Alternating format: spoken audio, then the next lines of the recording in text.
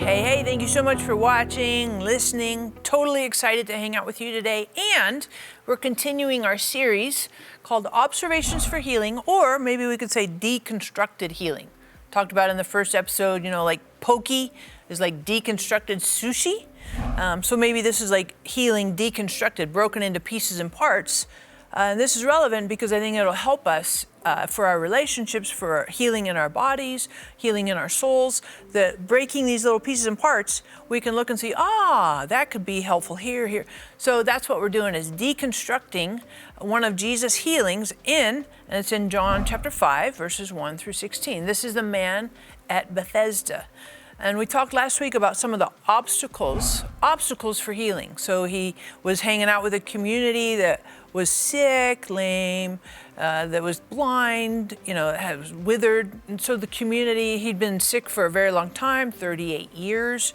So there were some obstacles to him getting healed. But this week I want to talk a little bit about the lottery mindset. You're like, lottery, what do you mean by the lottery? Well, did you ever play the lottery? I remember when I was, 15, 16, somewhere in there, late teens, early 20s. And the lottery was in Denver, just opened up. And you could go to like 7-Eleven and buy one of those little scratch cards. I think we still got them. Little scratch cards. They probably do it like on your app on your phone now. But I remember I was like, I think 18, and my parents said, it's stupid, you pay $1, you lose $1, that. But I was like, I want to try it, I'm 18, never tried it before. So I remember I went to 7-Eleven, got a couple of those little cards, paid $1, and scratched it. The first one was, like a no-win, because I'm trying to win the lottery. The next little scratch thing, I think I got like $3. I was like, woo, let's buy 3 more, because it's kind of that mindset, like, I win the lottery. And you're like, what on earth does that have to do with the dude at Bethesda? But I want to bring this to your attention because I think sometimes we have this idea in our mind that healing is the lottery. You win the lottery. I got lucky. And it's the same mindset that we read in verses 3 and 4. Because in verses 3 and 4, it says, the sick, the blind, the withered, the lame were all at Bethesda, at this pool. And it says, and this kind of in parentheses, because it's some extra information, it says they were waiting for the stirring or the moving of the waters. And then verse 4, for an angel of the Lord went down at certain times, seasons, into the pool and stirred up the water. And whoever first stepped into the pool after it was stirred was made well. So there's a whole group of people that are sick, blind, withered, lame, that are by this pool, and they're waiting for the angel of the Lord to come and stir up the water in the pool. And whoever jumps in the pool while the pool is stirred up, that person gets healed. And it happens occasionally. We don't know when. And so when you think about this, it's kind of a lottery mindset. I'm the lucky winner. Oh, the rest of you, sucks to be you, so sorry, you lost, you didn't win. And that's kind of the mindset that's happening around this pool of Bethesda. It's a lottery mindset. Oh, everybody else wins, but I never get it. I never win. I never get access to the lucky card. I never win the scratch when I get the $10,000. It's a lottery mindset. And I think a lot of times we think that as it relates to healing, particularly with Jesus. Everybody else gets healed, but I never get it. They get healing from blindness, or you hear all these testimonies, and you might have your own experiences where you're like, I didn't get that. And how come they got it and I didn't? I'm just not lucky. I'm just not picked. And sometimes the enemy lies to us. If God loved you, you would get healed. So God must not love you because you don't get healed. And I really think we have to really sit with that whole lottery mindset, because it will be an obstacle. It will be a challenge for us to overcome. And thinking along this line, Jesus says to the man in verse 6, do you want to be well? And it's this whole, again, he gets in before I do. She gets in before I do. And the man's answer is really a fascinating answer. Because the lottery mindset, everybody else gets it but me, Or I don't have, and this is the man's answer. He says to Jesus, do you want to be well? This is what Jesus asked. The man says to Jesus, Sir, I have no man to put me in the pool. And so I think this is really important to think about, because when we deconstruct a healing, Jesus healing here, this gentleman, he doesn't directly answer Jesus' question, do you want to be well? He says, I have no man. I have no one to help me. And a lot of times when we're sick in our bodies, in our souls, relationships, we're looking for somebody to help us.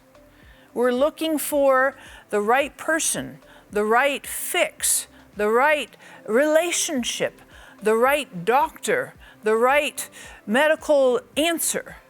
And what we find often is that there is no human that can heal us. There are humans that God works through, that can help and all that, but ultimately it's his conversation with Jesus that brings healing to this guy, not a human.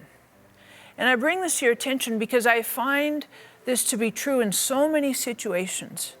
I know sometimes when I'll go and speak in a church, people will come up to me afterwards and they're like, oh my goodness, and you know, they kind of act like I'm something special, and I'm not. I'm just a human, and in the situation where you heard God speaking through me, you're attracted to God. But the reality is I'm human, I'm every bit as human as you are. Maybe in different ways, but every bit. And there are times when God will speak through me or put anointing on me that I know it's not me, it's completely God. And when you see somebody that has, or a doctor that God has supernaturally anointed for healing, sometimes we look at the doctor and we think the doctor is the healer instead of God working through the doctor, or God speaking truth through a person. Sometimes we look at our friendships, or it can happen in a marriage where you look at your mate and they're the answer, they're the solution. But this man, I think, is really powerful. He says, I have nobody to help me. There's nobody who will throw me in the pool when the waters get stirred. A lottery mindset. Not only do I never win the lottery, but I don't have anybody here that can help me to get better. And I think this is really important for us to take this to heart. Because I think when we look horizontally for our healing, we look for our healing with people, with doctors, in a horizontal context, human wisdom, we will always be disappointed. We will always find a little bit of some deficiency, a little bit of some flaws, a little bit of some grime and grit, because humans are just humans. You're like, well, that's just genius, brilliant, but it's true. And I want us to be very careful that we see humans for who they are, just humans. Maybe different, and you think, well, they're better, they're worse, or whatever, but they're humans, just like you and me. And ultimately, the way we are healed is through, whether our body, our soul, it's through Jesus. It's through conversations, it's through interactions, it's through focusing on Jesus and answering the question that he asks us, do you want to be well? So I just encourage you as we think about this, thank you for subscribing, of course. Hit the notification bell right there. And then I want you to answer this question, because next week we're going to see in the episodes how Jesus does bring this amazing experience with healing. But how have you experienced healing? How have you experienced recovery? And that can be in a whole variety of things. That can be physically, that can be maybe recovery from some kind of addiction, maybe it can be healing in a relationship. How have you experienced healing? Maybe it was instantaneous, maybe it was a process, maybe it was kind of an aha moment, like a revelation. How have you experienced healing? Answer that question for me. And, I know you're very excited to get these amazing jokes. And this is one that's not going to disappoint, I say with dripping sarcasm. Guess what? I've decided not to wear glasses anymore because I have seen enough. You're like, that is so stupid. You know what? I agree with you. That is really stupid, but next week will be lots better.